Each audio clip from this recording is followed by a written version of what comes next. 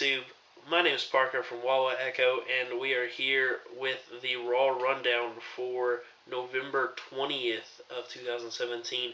This is going to come out a week late, but it's just happened because of scheduling conflicts. I had work, and I had to work over later than I normally do, and then Zach went home because of the holidays, Thanksgiving. Hope you had a good Thanksgiving, by the way. But better late than never is what the kids say these days. So we're just gonna jump in with Raw from last week and see what we thought about it. And we're gonna give the good parts an up and the bad parts a down. You guys know how this works by now, right? Unfortunately, because it was a week ago, I don't remember every detail about the show. So if I do miss some stuff, I'm sorry, but just put it down in the comments for me. But we did start off the show with Kurt Angle, Triple H, Stephanie McMahon, Jason Jordan, and Braun Strowman all having a little go. I think it started off with Stephanie and Triple H. I think Stephanie came out first and was like, I want to introduce you to the man who saved Raw or whatever crap she pulled on that, twisted around. And then Triple H came out and he was all whatever. And then Kurt Angle came out and he was all mad and he was like, don't touch me again or I'll beat you up with a broken freaking neck. Hopefully not. And then Triple H was like, I'm not scared of you. I'm not scared of anybody on the roster. And then Braun Strowman came out and he immediately became scared. So Triple H is a liar and a coward. And so Braun Strowman came out and he was all mad. And then Jason Jordan came out and he was all mad. And everybody was just all mad, except for Triple H and Steph, because they're the heels. All the faces were angry. And I believe Jason Jordan asked for a match against Triple H. Triple H was like, nah, kid, you're not worth my time. And then Stephanie was like, no, you're going to fight Braun Strowman later in the night. And, this was all, from what I remember, this was all okay. Everything kind of worked like it needed to. Hopefully Jordan's going to be going heel soon. It kind of, everything kind of is building up towards, I would probably assume we're going to see Braun and Triple H at Royal Rumble, and then Triple H and Angle at WrestleMania, so it's kind of building towards that. That's kind of what my prediction is for that. But the segment gets an up. It was alright. It wasn't like the best opening segment, but better than some Raw segments are on the open. Next, we had the first match of the night, which was Samoa Joe up against Finn Balor, and this was an amazing match. This was awesome, like the couple weeks before, where they had the match that ended in like a no contest that led to them being on the Survivor Series team. Like that match, this was amazing. I don't remember, like I said, the details of the match because it's been a week, but I remember loving the match. It was an awesome match. Finn Balor did lose the match by passing out to the Kimura lock, which is okay. It's not the decision I would have made, but apparently things have changed from what I've heard in like sources and stuff. They say that while Finn was originally booked for Brock Lesnar at Royal Rumble, apparently Vince McMahon has begun to not believe in Finn.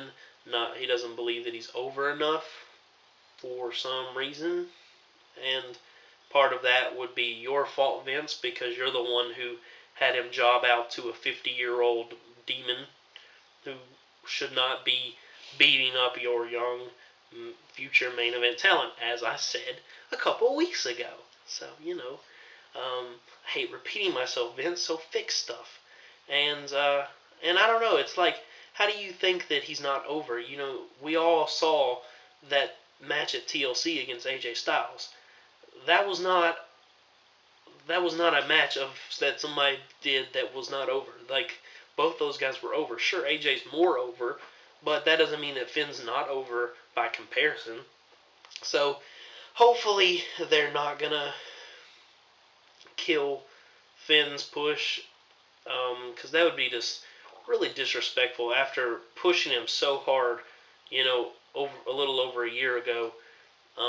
That's not really right. I mean, like, I want to see Finn at the top of the card, like you originally wanted. You believed in him then, believe in him now. It's, I don't know. And you've got that story that you can, if you would just twist it right, you can use that story to your advantage. I don't know. Hopefully they do. But the match itself, against Samoa Joe, was amazing, so it's getting a huge up. Next, we had Asuka versus Dana Brooke. This is getting a down. I like. I'm not. Like, for me, Asuka's not working here on Raw. At least not yet. Like, obviously, it's only been like a month or so.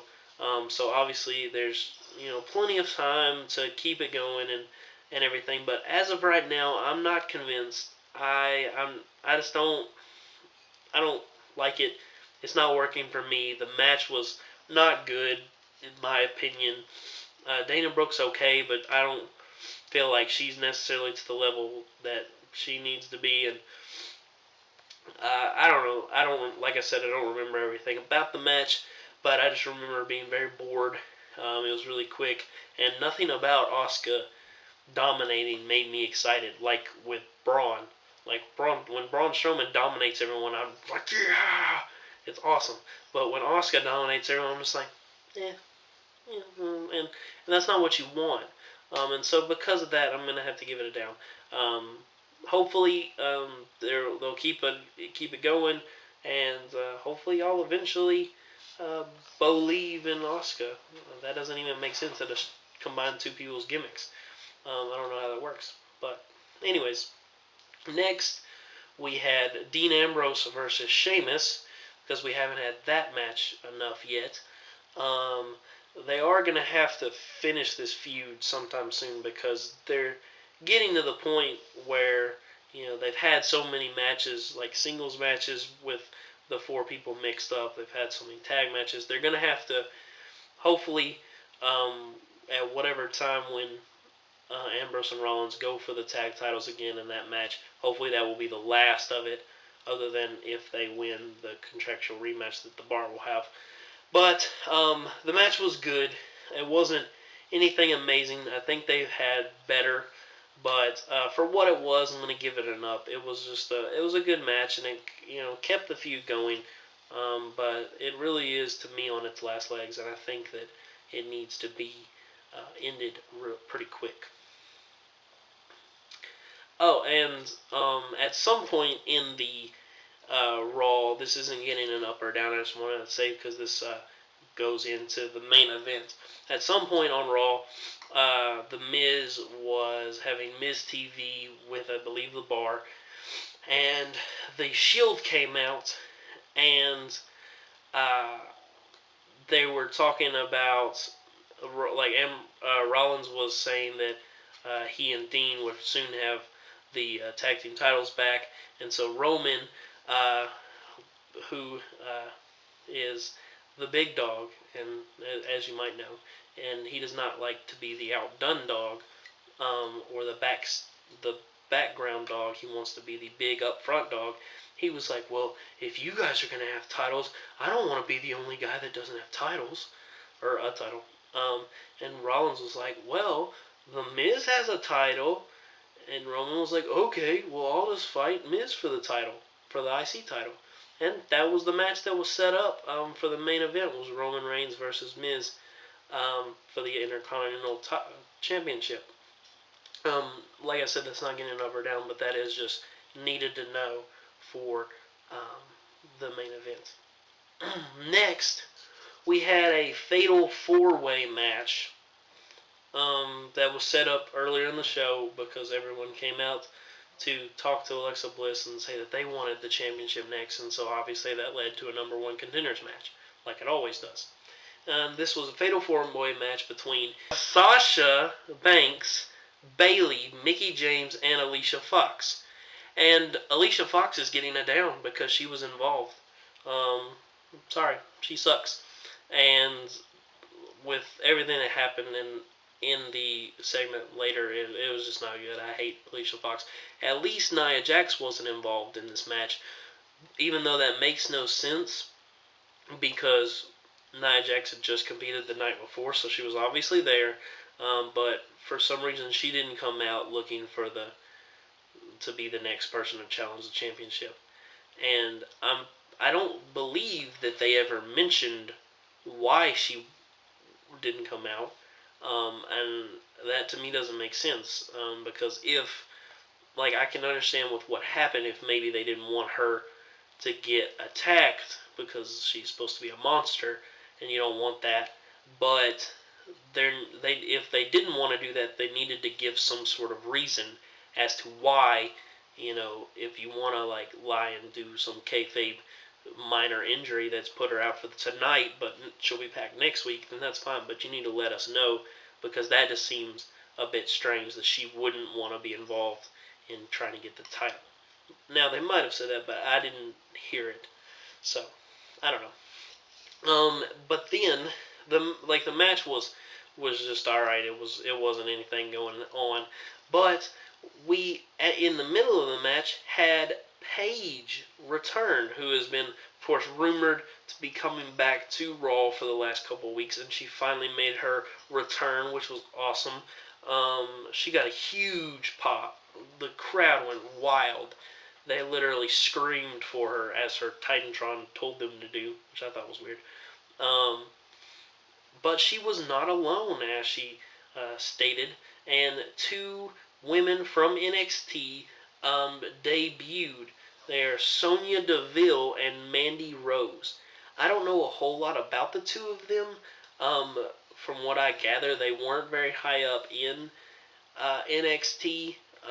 They didn't have a lot of time on television, and so that's why I don't really know them that well. The only like people that I know kind of well in NXT are the ones that are in the up, like that are there most weeks. The champions and the number one contenders and stuff like that. Um, but this was cool. Obviously, when you've got crap wrestlers like Alicia Fox and Nia Jax, you need to bring up more, hopefully better women into the roster. So I think that's good. So I feel that the fact that Paige returned and the two debuted, that's going to get an up. And they did attack all the women involved except for Alicia Fox because she's a coward and she ran away, which is a part of her down that she got. The crazy thing about this, though, that I didn't understand, is that the match was thrown out once whoever attacked first attacked. And that's getting it down. And let me tell you why. This was a fatal four-way match. Fatal four-ways are no disqualification matches, as we've seen so many times.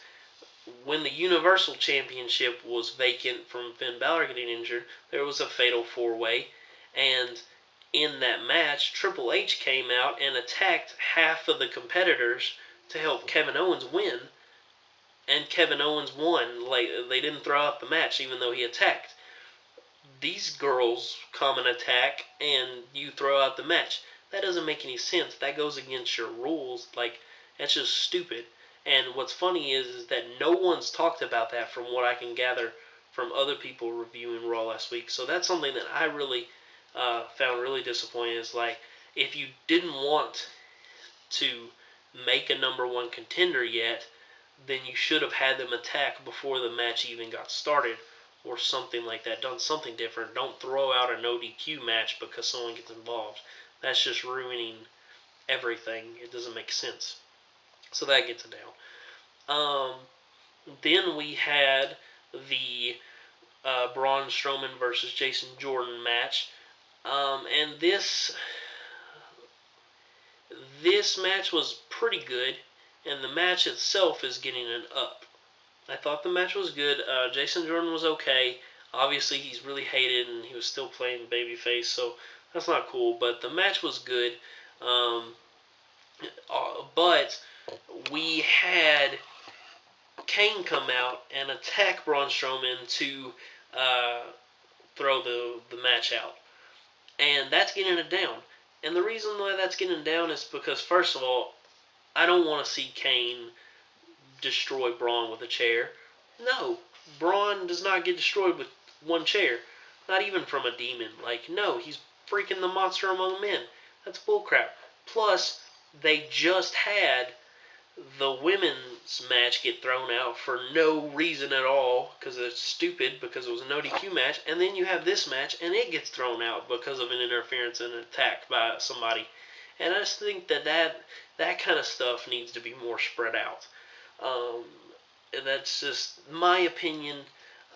But that is the reason why I'm giving this an up and a down. So there's that. Next we had Matt Hardy attack Elias. It's down. It made no sense. Matt Hardy, apparently, who is our face, was mad because he lost a match at the pay-per-view, because attacking someone because you lost is a very face thing to do. Obviously, just look at Roman just trying to murder Braun Strowman with an ambulance after he lost the last man standing match. So, our heroes, ladies and gentlemen. It just didn't make sense to me. I feel like they're really doing Matt Hardy a bad injustice. We should be building towards the broken gimmick. I'm not seeing that right now. Maybe I'm just dumb. I don't see it. He had a backstage interview after the show that said, like, I'm reaching my breaking point. Oh, he said breaking. Ooh, broken. Yay. I don't know. I don't like it. I feel like they could do so much better with building Matt to the broken gimmick. So it's getting it down. Next, we had Roman Reigns versus The Miz in the main event for the Intercontinental Championship, and it was a great match. It was really, really good, and I'm giving it an up. And the ending of the match came where Roman Reigns did spear The Miz and win the Intercontinental Championship, making him a Grand Slam champion. If you didn't know, they didn't say it at all like a million times at the end of Raw, and they haven't just filled their YouTube channel with every single win that Roman Reigns has had with a championship the last couple of days. And they haven't put it all over their Twitter and Instagram and all that. So obviously you guys wouldn't know that. Just so you know, I'm being sarcastic. They did all those things that I said they didn't do. Which is really dumb because most of the time when people get the Grand Slam championship, they don't ever announce it. Dean Ambrose at SummerSlam became a Grand Slam champion. No one gave a crap about that though. So I don't know. It's dumb to me, but I'm fine with Roman being the Intercontinental Champion. To me, he looks really good with it. It looks good. I think that it will help build the belt. Hopefully, because it's Roman Reigns. Even though you might hate Roman Reigns, he is a big star in the industry. He's always towards the top of the card. He makes whatever belt he's got feel important because he's the guy.